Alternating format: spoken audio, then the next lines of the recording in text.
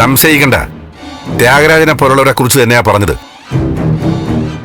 ത്യാഗരാജ എല്ലാ രാഷ്ട്രീയ പാർട്ടികളും ആരംഭിക്കുന്നത് മികച്ച ആശയങ്ങളിൽ നിന്നും ആദർശങ്ങളിൽ നിന്ന് തന്നെയാ. പാർട്ടി വളരുന്നതോടെയാ വെള്ളം ചേർത്ത് തുടങ്ങുന്നത്.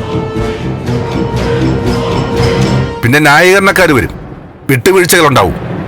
പാർട്ടിക്ക് വേണ്ടി മാത്രം ജീവിക്കുന്നവരുടെ വേദനയിൽ ചവിട്ടി നിന്ന് സ്വർണ്ണ പല്ലക്കിൽ വരുന്നവരെ സ്വീകരിച്ചിരുത്തും. അതിഥികളാവും പിന്നെ പാർട്ടിയിലെ കാര്യങ്ങൾ തീരുമാനിക്കുന്നത്. സാറ് പറയുന്നത് ശരിയാണ്, എനിക്കറിയാം. അല്ല, ഞാനും എല്ലാം കാണുന്ന ആളാണല്ലോ.